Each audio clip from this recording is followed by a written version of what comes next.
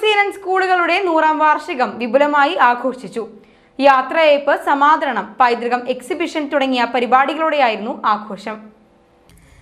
കേന്ദ്ര ഫിഷറീസ് മൃഗസംരക്ഷണ വകുപ്പ് സഹമന്ത്രി ജോർജ് കുര്യൻ വാർഷികാഘോഷം ഉദ്ഘാടനം ചെയ്തു. സജീവനി സമിതിയാണ് ഇപ്പോൾ ഈ സ്കൂള് നടത്തുന്നത്. നമ്മുടെ നാട് ശ്രീബുദ്ധനിൽ നിന്നാണ് ലോകമാദ്യമായിട്ട് അഹിംസയുടെ പാഠങ്ങൾ പഠിക്കുന്നത്. ലോകത്തിന് അഹിംസയുടെ ആ സന്ദേശം നൽകിയത് ശ്രീബുദ്ധനാണ്. അത് നമ്മുടെ മുന്നിൽ പ്രാവർത്തികമാക്കിയത് ആധുനിക ഇന്ത്യയിൽ സ്വാതന്ത്ര്യത്തിന് മുമ്പും സ്വാതന്ത്ര്യത്തിന് ശേഷവും അത് പ്രാവർത്തികമാക്കിയത് മഹാത്മാഗാന്ധിയാണ്. നമ്മുടെ രാജ്യം സ്വാതന്ത്ര്യം പ്രാപിക്കുന്ന അവസരത്തിൽ വളരെ ദുഃഖകരമായിട്ടുള്ള 2 സംഭവങ്ങൾ നടന്നു.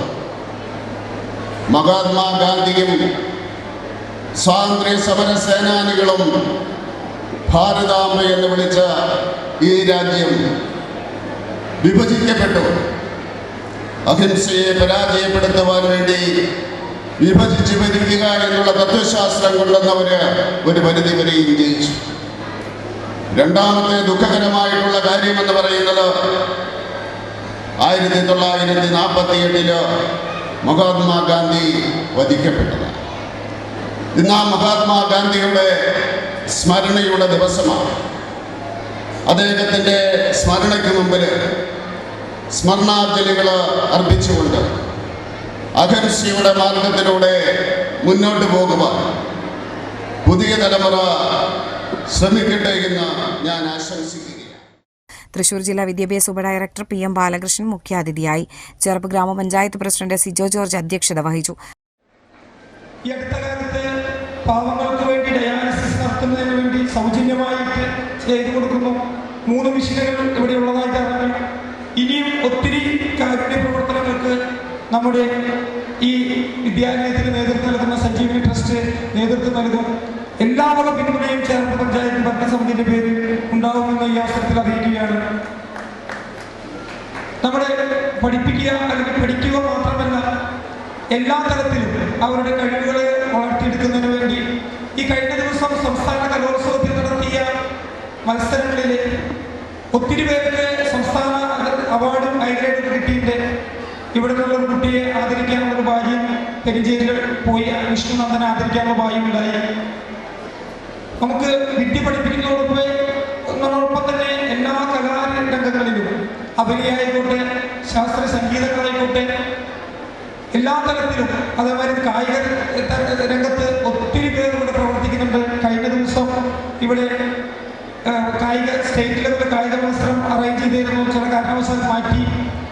ഒത്തിരി പ്രതിഭകളെ വളർത്തിയെടുക്കുന്നതിന് വേണ്ടി ഈ വിദ്യാലയം എന്നും നിലകൊള്ളുന്നു. ഇവിടെ ഞാൻ പറഞ്ഞു കേട്ടപ്പോൾ പൂർവ്വ വിദ്യാർത്ഥികൾ നമ്മുടെ ഡോക്ടർ അജയ്കുമാറിനെ പോലെ, രാജീവ് മേനോനെ പോലെ, അതുമാതിരി തന്നെ ശ്രീജിത്ത് മുത്തേഴ്ത്ത് മാഷ്, ഒത്തിരി കലാപ്രതിഭകൾക്ക് അല്ലെങ്കിൽ ഈ രാജ്യത്തിൻ്റെ വിവിധ കോണുകളിൽ പ്രവർത്തിക്കുന്ന ഒത്തിരി പ്രതിഭകൾക്ക് ജന്മം നൽകിയ CNN സ്കൂള്. പത്മശ്രീ പെരുവനം കുട്ടന്മാരാർ സമാദരണം നിർവഹിച്ചു.